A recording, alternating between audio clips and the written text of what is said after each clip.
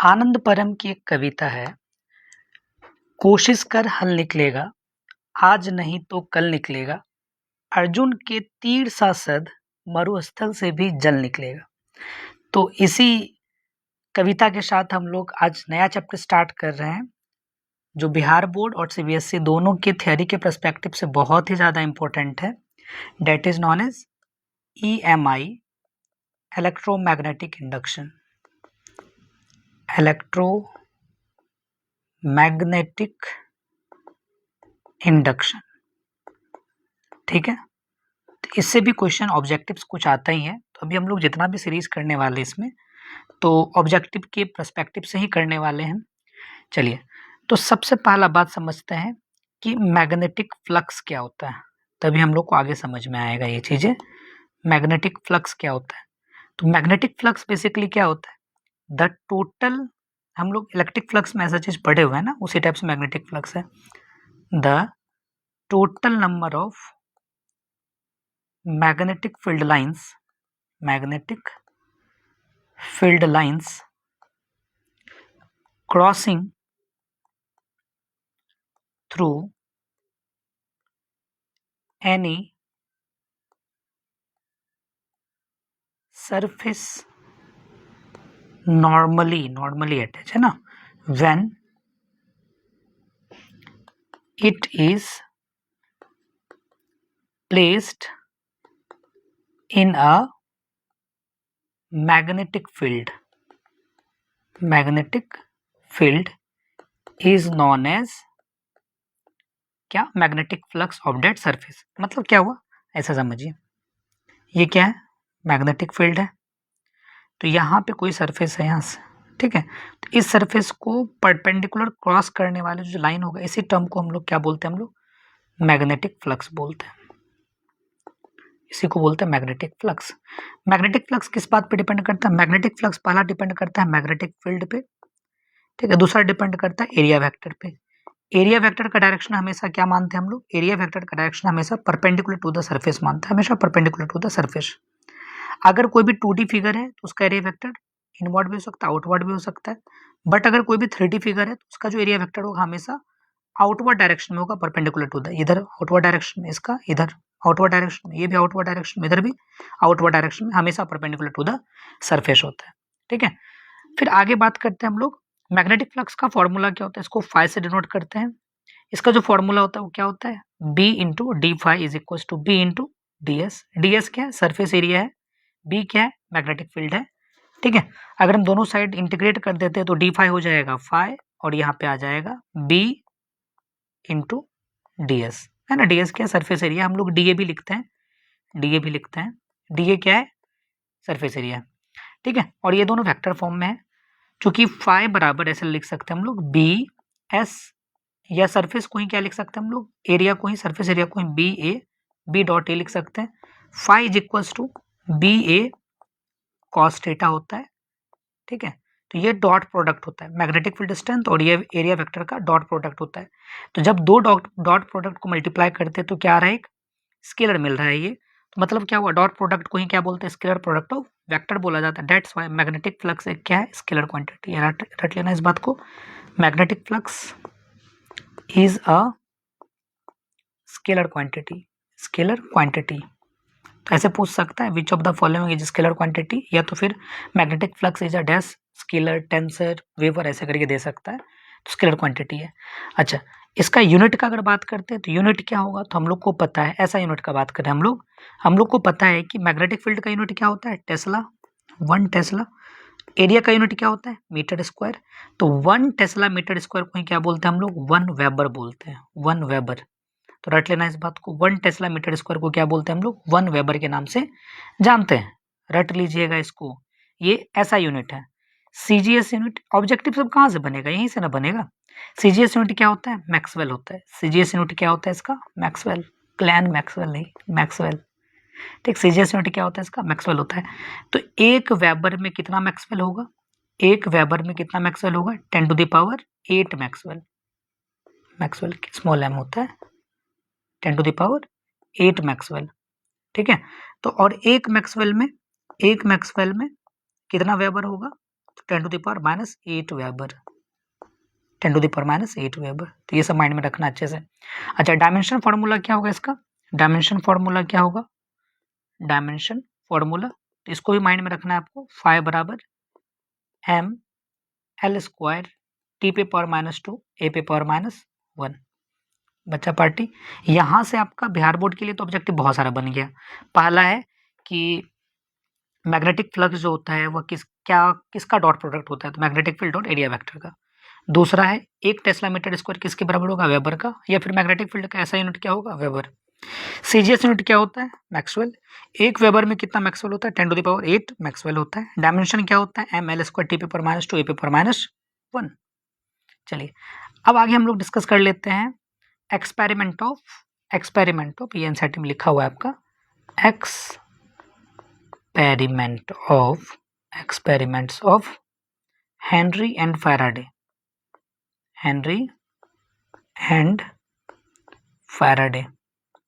है ना। तो हेनरी और फैराडे कुछ एक्सपेरिमेंट, टोटल कितना एक्सपेरिमेंट दिया है एनसीईआरटी में? 3 एक्सपेरिमेंट। पहला एक्सपेरिमेंट क्या किए थे वो? एक कॉइल लिए, है ना, यहाँ पे क्या सेट किए थे वो? गैल्वेनोमीटर। गैल्वेनोमीटर एक डिवाइस है जो क्या करता है? करंट को डिटेक्ट करता है। अगर गैल्वेनोमीटर की, यहाँ पे गैल्वेनोमीटर है, गैल्वेनोमीटर के पैरेलल में एक लोड रेसिस्टेंस जिसको हम लोग शंट बोलते हैं वो जोड़ दें, तो अब ये जो पूरा डिवाइस होगा इसको क्या बोलते हैं? एमीटर बोलते हैं। तो ये सब माइंड में रिवाइज कर लीजिएगा। गैल्वेनोमीटर को एमीटर में कन्वर्ट करने के लिए शंट को पैरेलल में जोड़ते हैं। अगर यहाँ गैल्वेनोमीटर है और यहाँ पे कोई भी हैवी रेसिस्टेंस जोड़ देते हैं, ठीक है, तो अब ये जो पूरा डिवाइस बनेगा, इस डिवाइस को हम लोग क्या बोलते हैं? वोल्टमीटर बोलते हैं, वोल्टमीटर बोला जाता है। ठीक है, तो ये बात माइंड में रखना। चलो इससे से रिलेटेड आ गया तो बता दिए। तो यहाँ पे कॉइल है, गैल्वेनोमीटर है, यहाँ पे क्या लिए हम लोग? मैग्नेटिक फील्ड लिए। ठीक है, तो मैग्नेटिक फील्ड यहाँ बनेगा, ये ऐसा मैग्नेटिक फील्ड बनेगा। और जब मैग्नेटिक फील्ड हम इसको रिलेटिव मोशन करवाते हैं, यहाँ पे है ना, रिलेटिव मोशन करवाते हैं, यानी ये मैग्नेट को इधर ले जाएंगे, फिर ऐसे करेंगे। ठीक है, लगातार रिलेटिव मोशन करवाने से क्या होगा कि यहाँ पे मैग्नेटिक फील्ड लाइंस कभी ज़्यादा क्रॉस करेगा, कभी कम क्रॉस करेगा। इसी चीज़ को क्या टर्म देते हैं हम लोग? मैग्नेटिक फ्लक्स का। इसी चीज़ को क्या देते हैं हम लोग? मैग्नेटिक फ्लक्स का। तो जब ये मैग्नेटिक फ्लक्स में हम लोग चेंज करते हैं, whenever the magnetic flux is change या फिर linked with the circuit is changes, जो मैग्नेटिक फ्लक्स जब भी इससे चेंज होगा तो यहाँ पे क्या होता है? करंट फ्लो होता है, इसके अंदर करंट फ्लो होता है। That current is known as induced current. क्या बोलते हैं इसको हम लोग? इंड्यूस्ड करंट बोलते हैं, इंड्यूस्ड करंट बोलते हैं इसको। ठीक है, तो यहाँ पे जो करंट फ्लो होता है वो कौन सा करंट होता है? इंड्यूस्ड करंट के नाम से जानते हैं। तो जब ये इंड्यूस्ड करंट फ्लो होगा तो ये पहला एक्सपेरिमेंट, मतलब वो बोलेगा कि ऐसा होता है पहला एक्सपेरिमेंट में। फिर दूसरा एक्सपेरिमेंट में किए वो। ठीक, तो दूसरा एक्सपेरिमेंट में क्या किए? यहाँ देखिए, यहाँ पे एक कॉइल लिए, ठीक है, और उसके बाद फिर यहाँ पे गैल्वेनोमीटर ले लिए। फिर अभी मैग्नेट की जगह पे क्या लिया? दूसरा कॉइल लिया, वो दूसरा कॉइल लिया, ठीक है, और इसको बैटरी से कनेक्ट कर दिया। One coil is connected to the galvanometer and the other is connected to the battery. तब जैसे इसमें स्विच ऑन करते हैं तो ये अपना चारों साइड क्या बनाता है? मैग्नेटिक फील्ड बनाएगा। ये मैग्नेटिक फील्ड ऐसा बनाएगा, ठीक है, तो ये चारों साइड मैग्नेटिक फील्ड बनाता है इस टाइप से, समझे। तो ये मैग्नेटिक फील्ड जब बनाता है तो ये क्या कर रहा है? अब इस कॉइल को ही पूरा तरह से, ये दोनों में से किसी एक कॉइल को रिलेटिव मोशन करवा रहा है। इसको इधर ले जा रहा है, इसको इधर ले जा रहा है, फिर वापस इधर ला रहा है। तो जब रिलेटिव मोशन करवा रहा था तो फिर यहाँ पे क्या होगा? मैग्नेटिक फील्ड के लाइंस में चेंज होगा, मतलब मैग्नेटिक फ्लक्स में चेंज होगा। फिर देखा कि यहाँ पे गैल्वेनोमीटर में डिफ्लेक्शन आ गया, गैल्वेनोमीटर में डिफ्लेक्शन आ आने का मतलब कि इसके अंदर करंट बना। तो that current is known as induced current. इसको क्या बोलेंगे हम लोग? इंड्यूस्ड करंट के नाम से जानेंगे। तो यहाँ पे भी यही हुआ। तीसरा स्टेप में क्या किए थे? तीसरा कंडीशंस में क्या किया? तीसरा नंबर में तो वो एक कॉइल लिया अभी, ठीक है, इसको गैल्वेनोमीटर से अटैच कर दिया गया। दूसरा कॉइल लिया सेम, और इसको बैटरी से अटैच करके की को जैसे ही प्रेस करते हैं बिना कुछ चेंज किए, जब की को प्रेस करते हैं तो अभी करंट यहाँ पे कितना है? 0 है। जब की को प्रेस करेंगे तो अचानक से करंट क्या होगा? लगातार बढ़ेगा, ठीक है, करंट बढ़ेगा तो मैग्नेटिक फील्ड बढ़ेगा। मैग्नेटिक फील्ड अगर किसी एरिया से को क्रॉस करेगा तो वहाँ पे क्या बनेगा? मैग्नेटिक फ्लक्स बनेगा। और मैग्नेटिक फ्लक्स की वजह से फिर इसमें गैल्वेनोमीटर में देखता है कि डिफ्लेक्शन हुआ। तो तीनों एक्सपेरिमेंट में देख रहा है कि जब कभी भी हम लोग मैग्नेटिक फ्लक्स में चेंज कर रहे हैं तो वहां पे क्या बन रहा है, इंड्यूस्ड करंट। मतलब इंड्यूस्ड करंट बनने का वजह क्या है कि वहां पे इंड्यूस्ड ईएमएफ बन रहा होगा, इंड्यूस्ड ईएमएफ बन रहा होगा। तो इंड्यूस्ड ईएमएफ की वजह से वहां पे क्या बना, इंड्यूस्ड करंट बना।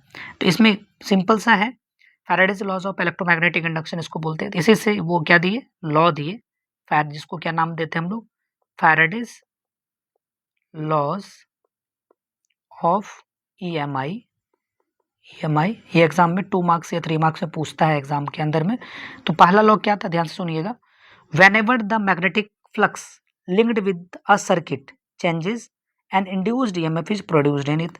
मतलब जब कभी भी मैग्नेटिक फ्लक्स है ना, मैग्नेटिक फ्लक्स जो कि सर्किट से लिंक्ड रहता है, जो कि सर्किट से लिंक्ड रहता है, with a circuit changes an induced EMF is produced in it। वहां पे क्या बनेगा, इंड्यूस्ड ईएमएफ प्रोड्यूस्ड होगा। पहला बात ये हो गया। फिर दूसरा बात में क्या लिख सकते हैं, और ये इंड्यूस्ड ईएमएफ प्रोड्यूस तब तक रहेगा जब तक कि फ्लक्स में चेंज करते रहेंगे। फ्लक्स में चेंज करना बंद, इंड्यूस्ड ईएमएफ प्रोड्यूस्ड होना बंद। दूसरा, इसका कैसे कैलकुलेट करेंगे, the magnitude of induced EMF is directly proportional to the rate change। Rate change का मतलब बताए थे ना आपको, टाइम इंटरवल से डिवाइड करना। In magnetic flux, magnetic flux के रेट चेंज में क्या होता है, अगर हम लोग मैग्नेटिक फ्लक्स का रेट चेंज करते हैं तो वहां पे क्या प्रोड्यूस होता है, इंड्यूस्ड ईएमएफ। तो ई डायरेक्टली प्रोपोर्शनल क्या लिख सकते हैं हम लोग, D phi by D T. ठीक है, तो इसी चीज को क्या लिखेंगे यहाँ पे, तो ई बराबर minus D phi by D T. ये एक नंबर ऑफ टर्न्स के लिए हो गया। अगर एन नंबर ऑफ टर्न्स के लिए होगा तो एन से मल्टीप्लाई कर देंगे इसको। ठीक है, अब अगर बोला जाता है इंड्यूस्ड करंट कितना बनेगा, तब इंड्यूस्ड करंट कितना बनेगा, इंड्यूस्ड करंट तो हम लोग ओम्स लॉ से जानते हैं ना, I इज इक्वल टू क्या होता है, V बाय आर। तो यहाँ पे I is equal to V की जगह पे यहाँ पे EMF देंगे E बाय आर। तो I is equal to E by R. तो E बराबर E की जगह क्या लिखिएगा, minus D phi by D T by R. तो अब इसी चीज को ऐसे लिख सकते हैं ना, -1 by R D phi by D T. यहाँ माइनस क्यों दिया गया है तो हम आपको बताएंगे आगे कि माइनस क्यों आया है। वहाँ पे एक बंदा है जिनका नाम लेंज लॉ है, तो वो बंदे की वजह से यहाँ पे माइनस आया है। ठीक है, तो चलिए, तो अगर हम यहाँ पे बात करते हैं कि ये हो गया यहाँ तक, और ये तो आई बराबर हो ही गया लगभग में। अब अगर बोला जाता है इफ, अगर हम कॉइल को लगातार रोटेट करवाते रहें मतलब बार बार चेंज करते रहे तो बार बार क्या होगा, करंट बनता ही जाएगा। तो करंट कितना बनेगा, तो हम लोग ये बात किए थे क्या, यहाँ देखिए, ओहो हम लोग ये बात किए थे कि अगर एक कॉइल है तो इसका फॉर्मूला क्या होगा, बी ए कॉस थीटा। थीटा बराबर क्या होता है, हम लोग थीटा इज इक्वल टू, ऐसे याद रख लीजिए, ओमेगा टी। यानी मतलब देखिए ओमेगा क्या है, एंगुलर वेलोसिटी, एंगुलर फ्रिक्वेंसी। तो ओमेगा बराबर क्या होता है, एंगुलर डिस्प्लेसमेंट बाय टाइम। तो इसी को सॉल्व करके क्या है, थीटा बराबर ओमेगा टी। ठीक, तो इस चीज को अगर हम लोग यहाँ पे डिफ्रेंशिएट करते हैं ना, डिफ्रेंशिएट करेंगे तो क्या मिलेगा हमको, देख लीजिए। तो बी ए कॉस थीटा है तो इसको ऐसा लिख सकते हैं, बी ए कॉस थीटा की जगह क्या लिख देंगे, ओमेगा टी। यहाँ पे आ गया फाई, दोनों साइड डिफरेंशिएट कर दे, differentiate both side with respect to T. T के रेस्पेक्ट में डिफरेंशिएट किए तो क्या आ जाएगा यहाँ पे, D phi by D T is equal to D by D T. Phi का मान कितना है, बी। अच्छा, एन नंबर ऑफ टर्न्स के लिए तो एन से मल्टीप्लाई हो जाएगा, यहाँ पे इधर भी एन से मल्टीप्लाई होगा क्योंकि दोनों साइड करना पड़ेगा। तो बी ए एन बी ए ना, हाँ एन बी ए, फिर एक सेकेंड, एन बी ए कॉस ओमेगा टी। तो हम लोग को पता है एन बी ए कॉन्स्टेंट है, यहाँ माइनस है ना, पहले से माइनस था, फिर कॉस का क्या बोलते हैं इसको, डिफरेंशिएशन क्या होता है, माइनस साइन ओमेगा टी, फिर ओमेगा का डिफरेंस, ओमेगा टी का डिफरेंशिएशन ओमेगा हो जाएगा। तो D phi by D T किसके इक्वल था, ई के इक्वल था, ईएमएफ के इक्वल था। तो ई बराबर क्या लिखिएगा, minus N B A omega, minus minus plus हो जाएगा, साइन ओमेगा टी, ये हो गया। तो ई का वैल्यू ये आ गया। तो आई बराबर अभी क्या लिखे, तो आई बराबर क्या लिख सकते हैं हम लोग, ई बाय आर। तो ई का वैल्यू क्या है, N B A omega sine omega T by R. इसी चीज को क्या लिखेंगे, I is equal to N B A omega और आर, ये टोटल को क्या बोल देते हैं, आई नोट, जिसको हम लोग पीक वैल्यू करंट बोलते हैं, इसको हम लोग पीक वैल्यू करंट बोलते हैं, पीक वैल्यू करंट के नाम से जानते हैं। और यहाँ पे क्या आ गया, साइन ओमेगा टी। तो I is equal to I zero sine omega T, concept है, इसको माइंड में रखना है। एन क्या है, एन है number of turns in the coil के अंदर में नंबर ऑफ टर्न्स। उसके बाद फिर एंगुलर, ये समझ रहे हैं ना, ओमेगा क्या है, तो एंगुलर वेलोसिटी है, ए क्या है, एरिया ऑफ क्रॉस सेक्शन है। तो ये सब चीज़ है। अगर पूछा जाएगा आपसे कि इंड्यूस्ड चार्ज कितना होगा, इंड्यूस्ड चार्ज कितना होगा, तो इंड्यूस्ड चार्ज क्यू बराबर जानते हैं आई टी। तो आई का मान पता ही है आपको, तो आई का मान जितना होगा वो पुट करके टी से मल्टीप्लाई कर लीजिए, ठीक है, तो ये क्यू हो जाएगा। अब अगला समझते हैं क्या है कि लेंज लॉ क्या है, लेंज लॉ, ठीक है, तो ये भी बहुत ज़्यादा ज़रूरी है बच्चा पार्टी, हाय हाय लेंज लॉ। तो ये इंड्यूस ईएमएफ का डायरेक्शन को दिखाता है, the direction of induced EMF, ठीक है, और इंड्यूस्ड करंट या फिर इंड्यूस्ड करंट, ठीक है, is always such a way that it opposes the cause due to which it is produced।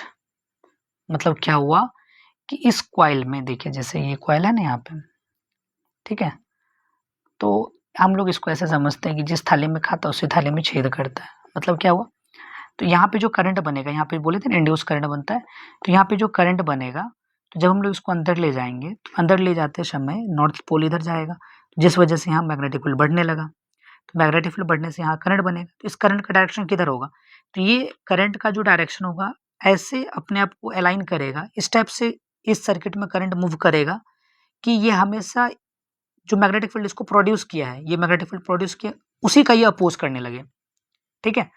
तो वहां पे वो उसी का लगातार क्या करेगा, अपोज करेगा। मतलब अगर यहाँ पे माने चलिए मैग्नेटिक फील्ड कम हो रहा है, तो ये ऑटोमेटिक यहाँ पे जो ऐसे करंट बनाएगा ताकि मैग्नेटिक फील्ड बढ़ने लगे, या फिर यहाँ पे मैग्नेटिक फील्ड बहुत ज़्यादा हो रहा है तो ऐसा करंट बनाएगा कि यहाँ का मैग्नेटिक फील्ड को ये क्या कर दे, हमेशा कम करे। मतलब इतना समझ लीजिए क्या कि जो भी जिस कारण से ये प्रोड्यूस हो रहा है, ये बेचारा नॉर्थ पोल क्या कर रहा है, इसको यहाँ मैग्नेटिक फील्ड बना के दे रहा है, मैग्नेटिक फ्लक्स में चेंज कर रहा है।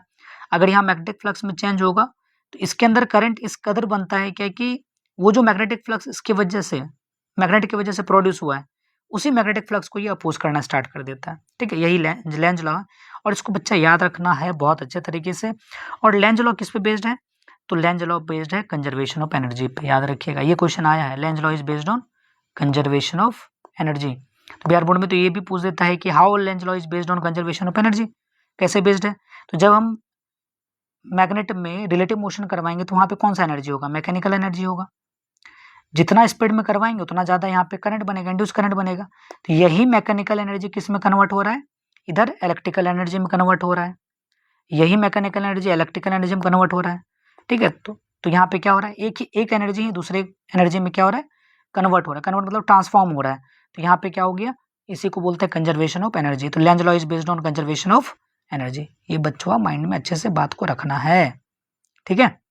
चलिए, तब इस पे हम क्वेश्चन प्रैक्टिस बहुत ज़्यादा करवाए थे, तो आप लोग वहाँ पे दिमाग लगा लेना क्वेश्चन प्रैक्टिस हम कैसे करवाए थे। ठीक, क्वेश्चन प्रैक्टिस के लिए बेसिकली ये वीडियो नहीं है, ऑब्जेक्टिव पर्पस के लिए। एक होता है क्या, मोशनल ईएमएफ। मोशनल ईएमएफ जब जैसे यहाँ देखिए मैग्नेटिक फील्ड है, ठीक है, यहाँ मैग्नेटिक फील्ड, बहुत सारा मैग्नेटिक फील्ड है यहाँ पे। हम डेरिवेशन नहीं करेंगे बिल्कुल भी, हम बता ही दिए थे कि डेरिवेशन हम अगले वीडियो में या फिर आगे आने वाले टाइम में जो बनाएंगे उसके अंदर हम डेरिवेशन करेंगे। ठीक है, सिर्फ आपको हम बता रहे हैं मोशनल ईएमएफ है। यहाँ पे हम लोग क्या किए, एक रेक्टेंगुलर कॉइल ले लिए। ठीक है, यहाँ पे हम लोग क्या किए, रेक्टेंगुलर कॉइल ले लिए। ओहो, ठीक है, यहाँ पे हम लोग एक रेक्टेंगुलर कॉइल ले लिए। ठीक, यहाँ पे एक स्लाइडर लगा दिए, स्लाइडर जो कि ये क्या कर रहा है, ये आगे पीछे रोटेट कर सकता है। ठीक है, इधर उधर कर सकता है। तो अब हम लोग क्या करते हैं कि इस स्लाइडर को इधर ले जाएंगे या फिर इस स्लाइडर को इधर ले जाएंगे। तो जब हम लोग इसको यहाँ पे ऐसे ले जाएंगे, ठीक है, तो क्या होगा कि बार बार मैग्नेटिक फील्ड में चेंजेस आएगा। मैग्नेटिक फील्ड में चेंज आने की वजह से फ्लक्स में चेंज आएगा, फ्लक्स में चेंज होने की वजह से यहाँ पे क्या बनेगा, करंट का फॉर्मेशन होगा, यानी यहाँ पे ईएमएफ बनेगा। ठीक है, यहाँ पे ईएमएफ बनेगा। तो यहाँ पे जो ईएमएफ बन रहा है किसकी वजह से बन रहा है, तो ये जो स्लाइडर है या जो कंडक्टर है, इस कंडक्टर में मोशन की वजह से यहाँ पे ईएमएफ बन रहा है, मोशन की वजह से ईएमएफ बन रहा है। दैट्स वाई इसका नाम क्या पड़ता है, हम लोग क्या बोलते हैं इसको, मोशनल ईएमएफ। क्या बोलते हैं इसको, मोशनल ईएमएफ, इमोशनल नहीं, मोशनल ईएमएफ। तो मोशनल ईएमएफ का फॉर्मूला होता है, मोशनल ईएमएफ का फॉर्मूला होता है BVL। बी क्या है, मैग्नेटिक फील्ड है। बी क्या है, मैग्नेटिक फील्ड है, मैग्नेटिक फील्ड है।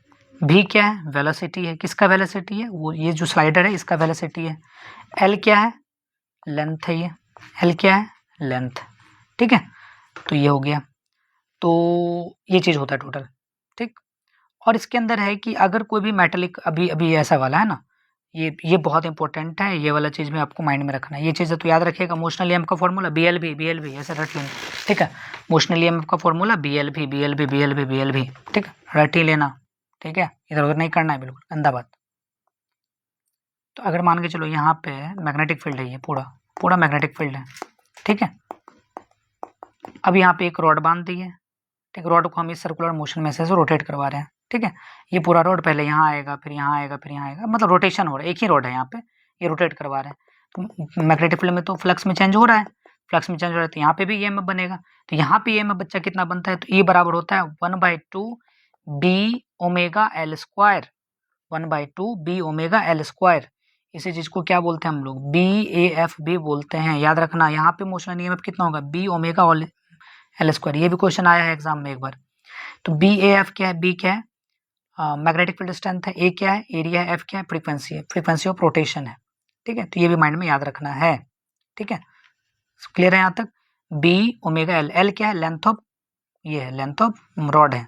ठीक है, अब चूंकि यहाँ सर्कल का फॉर्मेशन हो रहा है तो आप यहाँ पे ऐसे भी लिख सकते हो ना, 1/2 B ओमेगा R स्क्वायर भी लिख सकते हो, क्योंकि इसको रेडियस की तरह ट्रीट हो रहा है। ठीक है, तो अब आगे देखो, फ्लेमिंग लेफ्ट हैंड रूल तो करवा दिए थे, लेफ्ट हैंड अगले पिछले चैप्टर में। अभी हम लोग बताते हैं Fleming right hand rule. Fleming right hand rule, right hand rule. तो ये बोलता है क्या कि राइट हैंड का 3 उंगली, कौन कौन, ये हो गया थंब, ये हो गया फोर फिंगर, और ये वाला हो गया सेंट्रल फिंगर। ठीक है, सेंट्रल फिंगर को मिडिल फिंगर बोलेंगे। ठीक है, तो यदि फोर फिंगर किसको दिखा रहा है, मैग्नेटिक फील्ड के डायरेक्शन को, थंब किसको दिखा रहा है, मोशन ऑफ कंडक्टर को, कि कंडक्टर किधर मोशन कर रहा है, मोशन ऑफ कंडक्टर को। ठीक है, दिखा रहा है। तो जो सेंट्रल फिंगर होगा वो सेंट्रल फिंगर इंड्यूस्ड ईएमएफ या फिर इंड्यूस्ड करंट के डायरेक्शन को दिखाएगा, इंड्यूस्ड करंट के डायरेक्शन को शो करेगा। ठीक है, तो ये बात माइंड में रखिएगा अच्छे से। ईडे करंट क्या होता है समझिए, ये भी आता है एग्जाम में, ईडे करंट। तो अभी हम लोग क्या किए थे कि यहाँ पे कॉइल लेके यहाँ पे क्या किए थे, मैग्नेटिक फील्ड को मैग्नेटिक फील्ड में चेंज किए थे, मैग्नेटिक फ्लक्स में चेंज किए थे। अब यहाँ पे कॉइल की जगह पे यहाँ पे एक प्लेट ले लिए जिसमें आप खाते हो, है ना, प्लेट, मेटेलिक प्लेट ले लिए। आप यहाँ पे क्या ले लिए, मेटेलिक प्लेट ले लिए, मेटेलिक प्लेट लिए। तब यहाँ पे क्या करते हैं हम लोग, मैग्नेटिक फ्लक्स में बार बार चेंज करते हैं, ऐसे मैग्नेटिक फ्लक्स में बार बार चेंज करेंगे। तो यहाँ पे भी क्या बनेगा, इंड्यूस करंट बनेगा। इंड्यूस करंट ऐसा बनता है यहाँ पे सर्कुलर वे में। ठीक है, इंड्यूस करंट ऐसा बनता जाएगा पूरे मेटल के अंदर में, ठीक है। तो ये जो इंड्यूस करंट बनेगा, इसी चीज को क्या बोलते हैं हम लोग, ईडे करंट बोलते हैं, ईडे करंट बोलते हैं, ठीक है। इसको पहली बार फोकल्ट ने खोजा था, इसलिए इसका नाम फोकल्ट करंट भी बोलते हैं, इसको व्हिर्लपूल करंट भी बोलते हैं क्योंकि भंवर के जैसा बनता है ये, तो इसको व्हिर्लपूल करंट भी बोला जाता है, डेडपूल नहीं, व्हिर्लपूल करंट, या फिर इसको FAUCOLT फोकल्ट ऐसे ही होता है, ठीक, फोकल्ट करंट के नाम से भी जानते हैं, FOUCAULT है ना,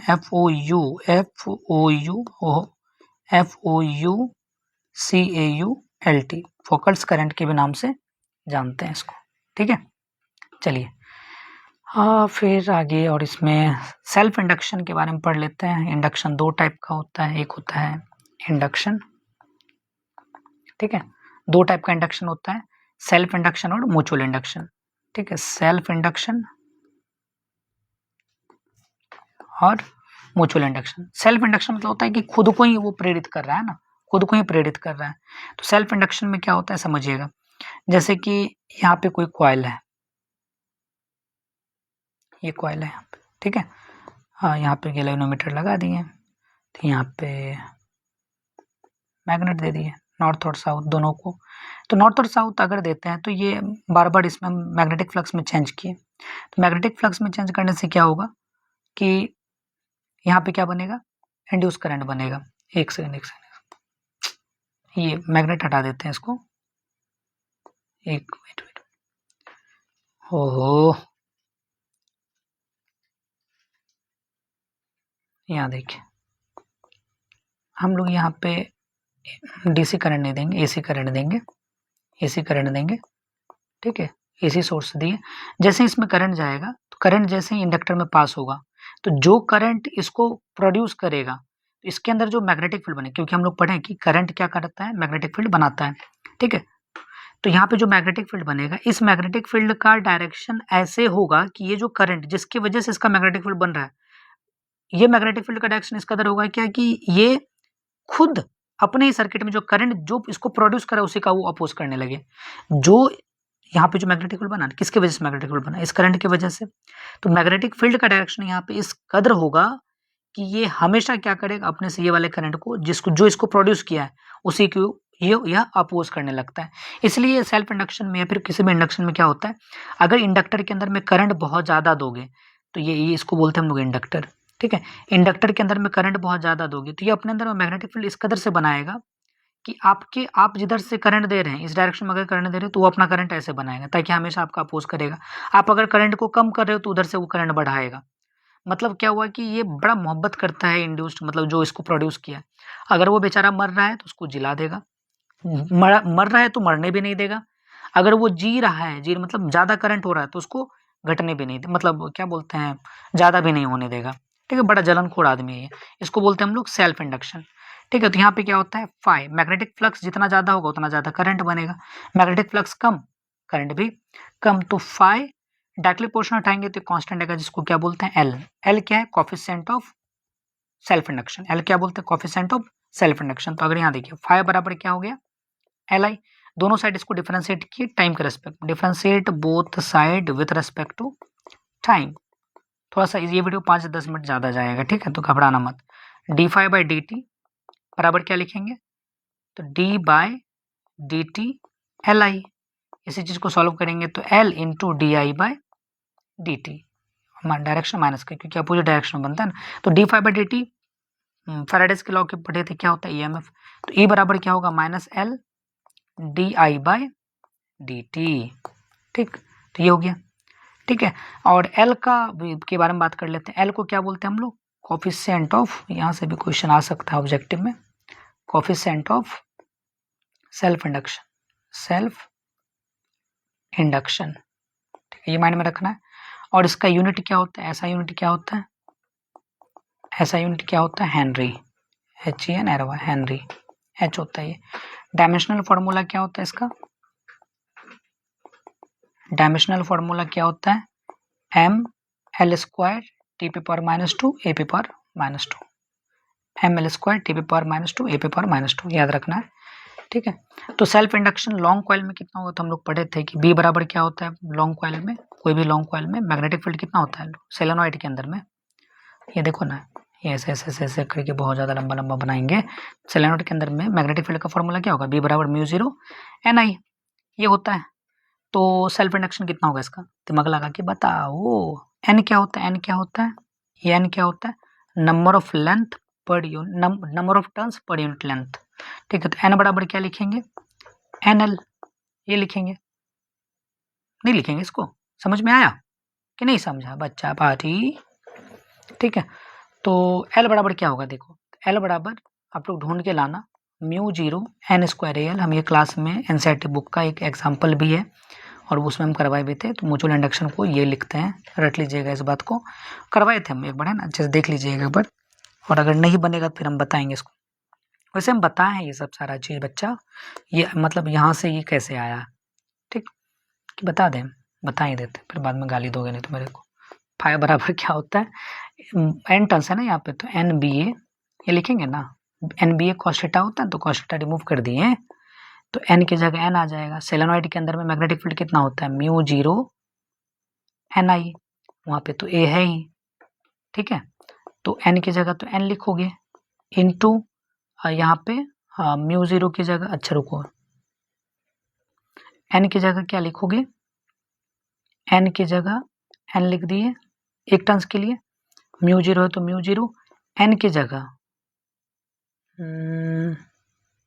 चुटकी एन की जगह ना जी, चुटकी एन की जगह, चुटकी एन की जगह क्या लिखेंगे, चुटकी एन की जगह, यहाँ छोटी एन है ना, छोटी एन की जगह, हाँ छोटी एन की जगह एन बाय एल लिखेंगे, एन बाय एल लिखेंगे, फिर यहाँ आई इंटू ए, ठीक है, तो क्या लिखेंगे आप बताइए, म्यू जीरो, देखो म्यू जीरो एन स्क्वायर, देखो एन स्क्वायर कैपिटल एन है, कैपिटल एन स्क्वायर, रुको मिटाना ही दो इसको, बाद में गाली दोगे नहीं तो, N square I A by L, ये हो गया, हुआ ना, देख लो अच्छे से, ठीक है, तो इधर भी एल से गुना कर दिए, इधर भी एल से गुना कर दिए, देख लो, तो क्या लिखेंगे इसको, देखो mu zero N by L का होल स्क्वायर लिख सकते हैं, देखो एन बाय एल का होल स्क्वायर दोनों को साथ में, I into A into L, ये आई कहाँ से, म्यू जीरो एन आई है ना, तो आई आई आ रहा है क्या,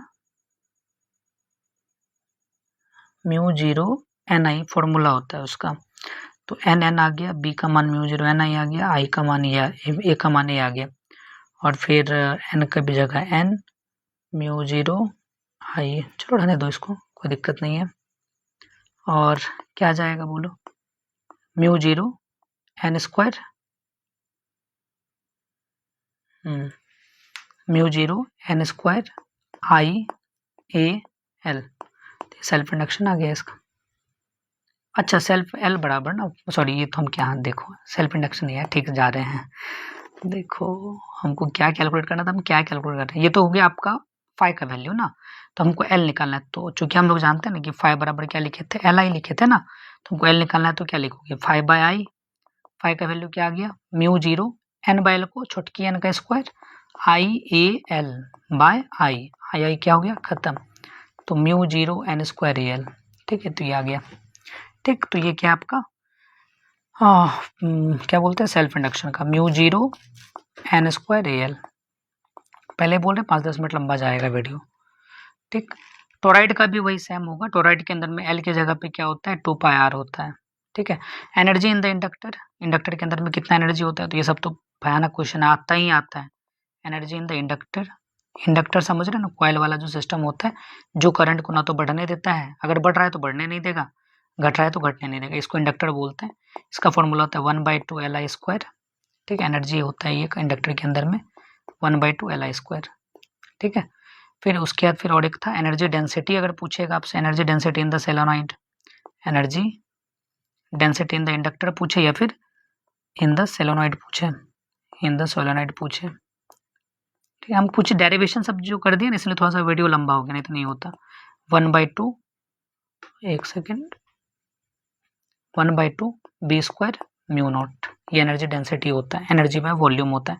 म्यूचुअल इंडक्शन सेम है, बस यहाँ पे म्यूचुअल इंडक्शन में एक कॉइल यहाँ पे है, ठीक है, हो गैल्वेनोमीटर बनाना पड़ेगा। इसमें एक कॉइल यहाँ पे ले लिए, ठीक है, दूसरा कॉइल यहाँ पे लेते हैं और बार बार मैग्नेटिक फ्लक्स में चेंज करेंगे तो यहाँ पे करंट बनेगा। ये करंट का डायरेक्शन इस कदर होगा कि बार बार मैग्नेटिक फ्लक्स जो इसको प्रोड्यूस किया उसी को मारेगा जान से ही।